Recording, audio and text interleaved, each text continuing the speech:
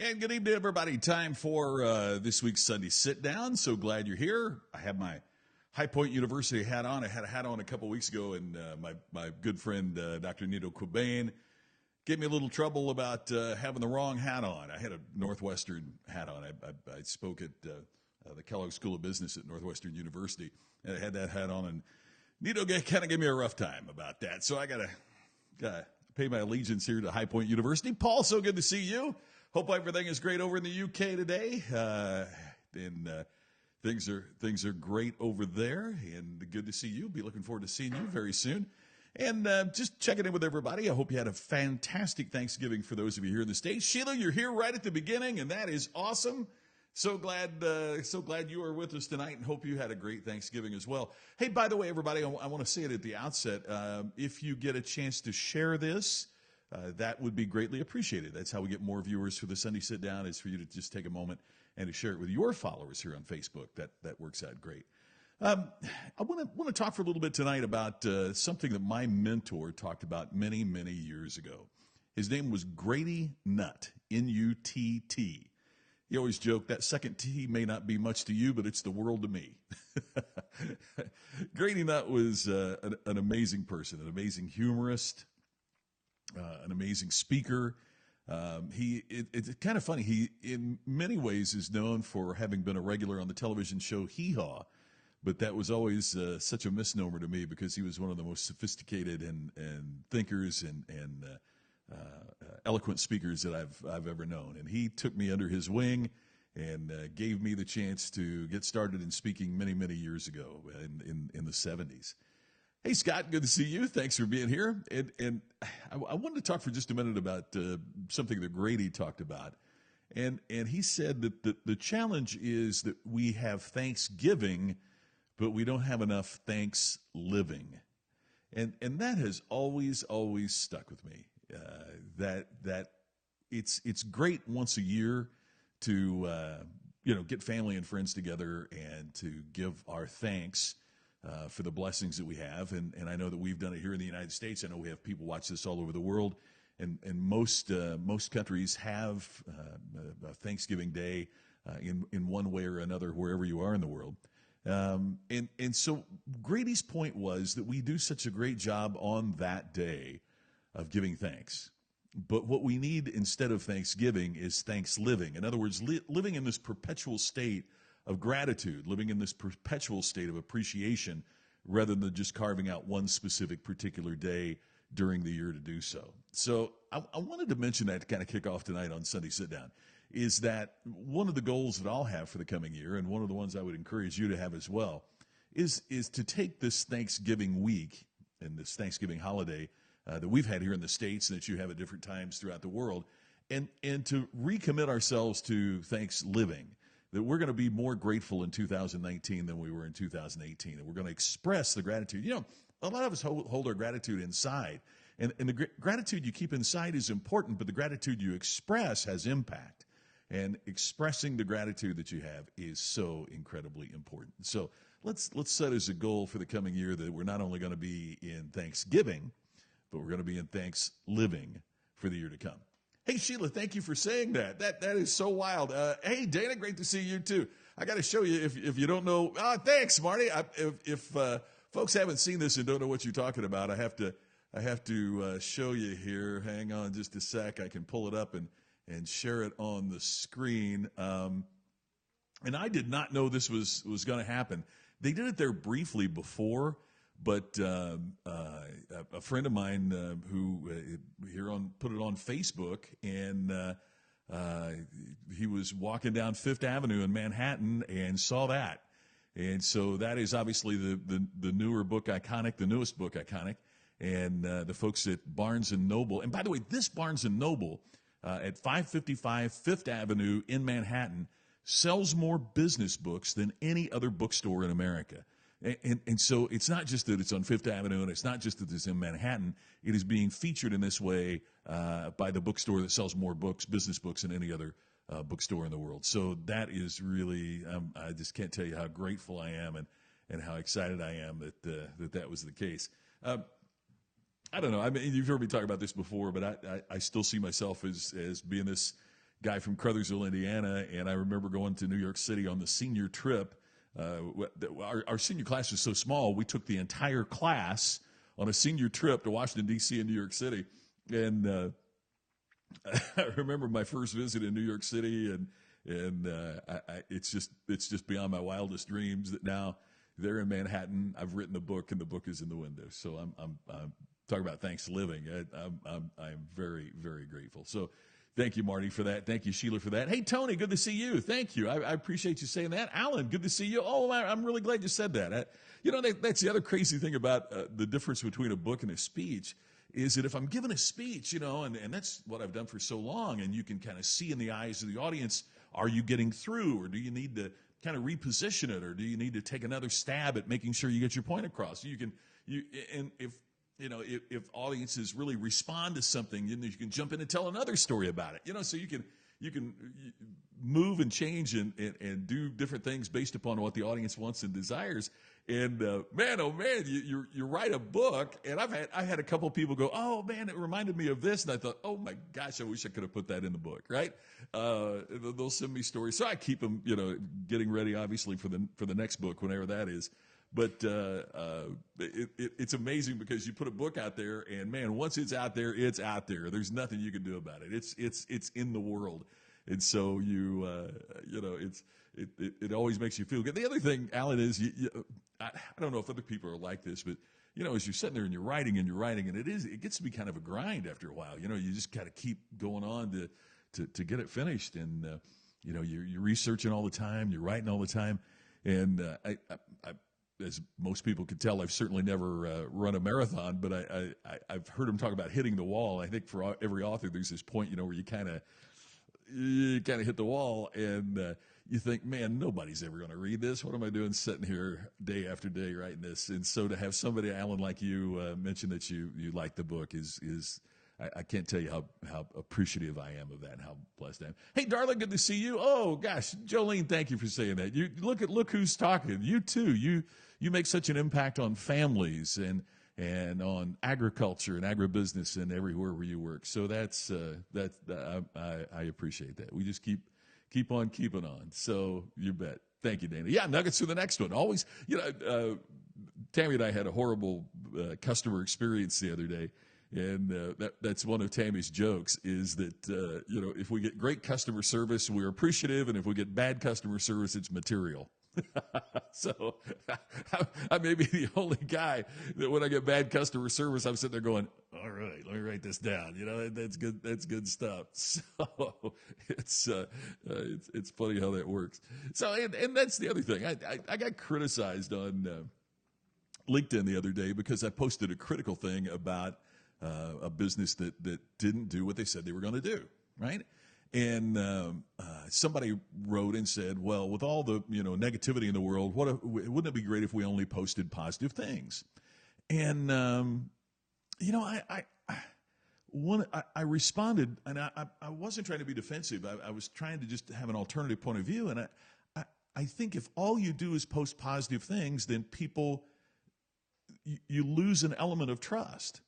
I think if all you do is say good things, if every post you got on Instagram is, the world is the world is my oyster and I have no problems, I think people kind of think it's a little phony. And I was listening to a Jim Rohn tape the other day, or audio as I was walking, and one of the things that Jim Rohn talked about is that the only way that we know happiness is because we've experienced sadness.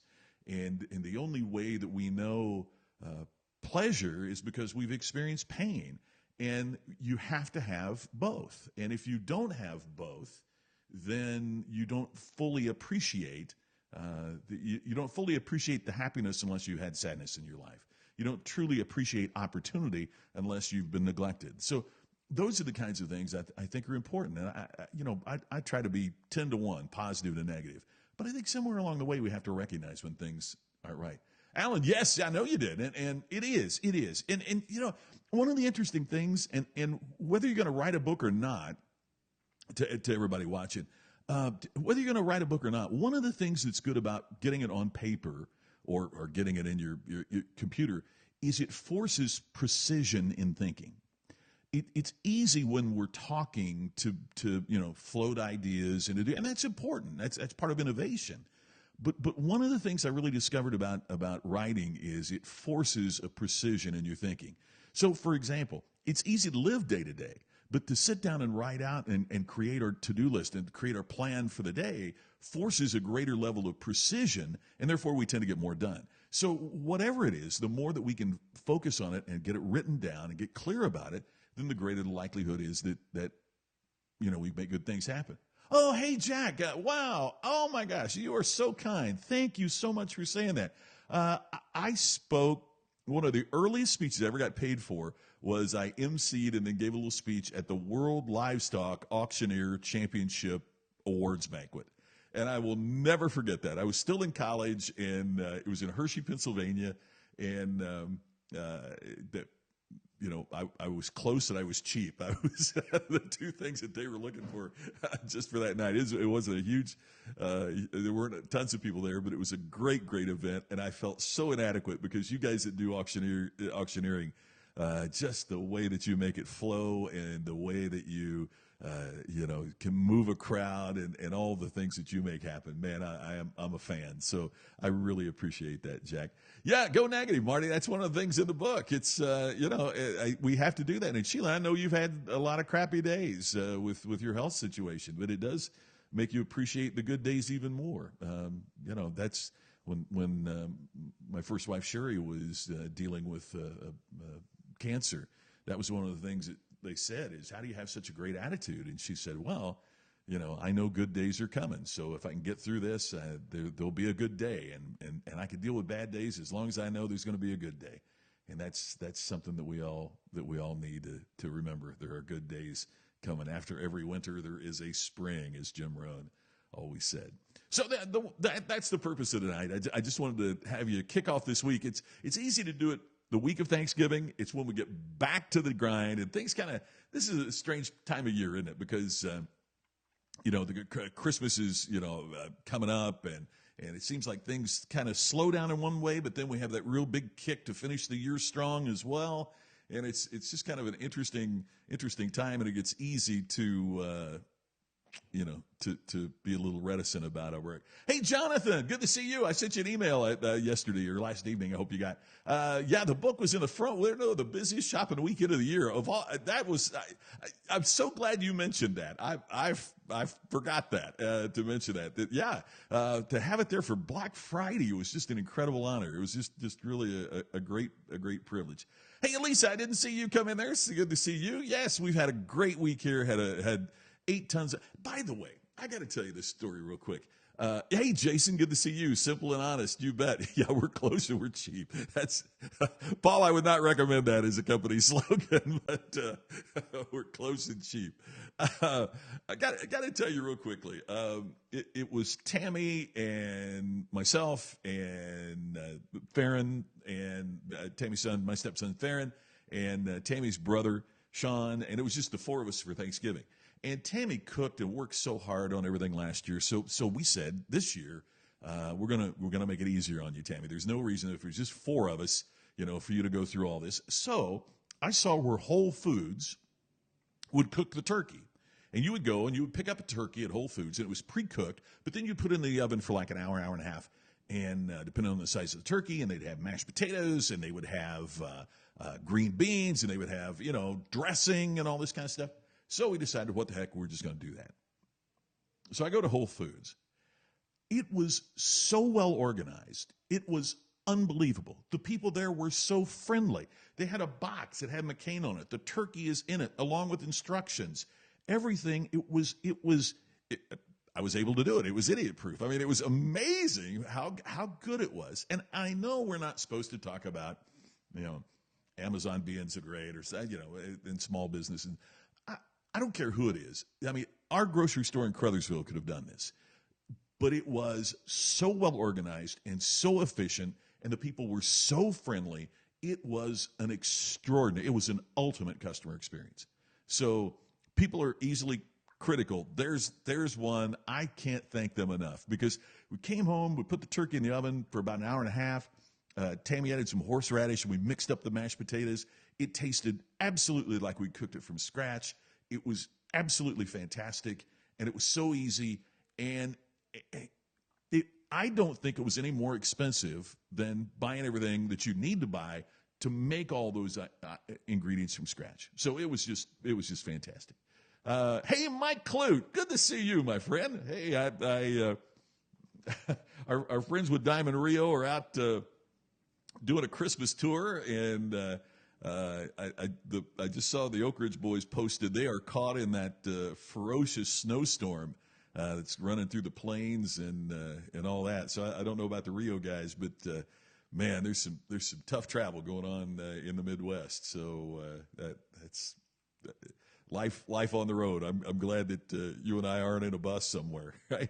Hey, Ann, thanks for taking off for the Gilmore Girls to do that. I appreciate that. Yeah, Marty, it doesn't matter if it's big or small. It's about, do you deliver? Do you do what you said you were going to do when you said you would do it? And in the way that you said you would do it. So Whole Foods, this is from the book Iconic, as Marty is pointing out. Whole Foods made a promise. If you come to us for Thanksgiving, this is what we're going to do. And they delivered exactly what they promised, and they did it in a way that was just absolutely fantastic. So, hey, Jeff, good to see you. We did have a great Thanksgiving. Man, you got to get back to Vegas. Look forward to seeing you, and I can't wait to see your buddy Clint's new movie. Man, have you seen the previews for The Mule with Clint Eastwood? Oh, my gosh. It looks fantastic. Hey, Andrew, come to Vegas. We need to go out again. Good to see you, Drew. How you doing, man? You talk about a guy that has amazing videos, such onstage charisma and energy. If you get a chance to see Andrew Davis speak, you've got to do it because, man, I'm telling you what, he'll knock you out. Absolutely fabulous. Hey, I went on a little bit too long tonight. This is a little longer than what we normally go, but I just wanted to talk about that. 7 days, 153 episodes, 3 left. Oh, my gosh. That is so. Hey, Garrett, how are you? Good to see you. We can't wait to get back and have a great breakfast with you. That is absolutely on my list. Garrett is with a restaurant in Indianapolis that, man, is just awesome from everything that I see. Darla, yeah, I hear. I understand, though, Kansas City got murdered today.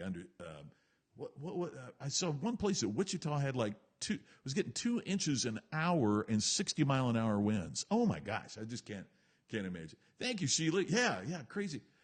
Oh, you're in Tokyo this week. Oh, my gosh, how fantastic. Oh, that's great. Hey, by the way, I just booked my first program in Hong Kong.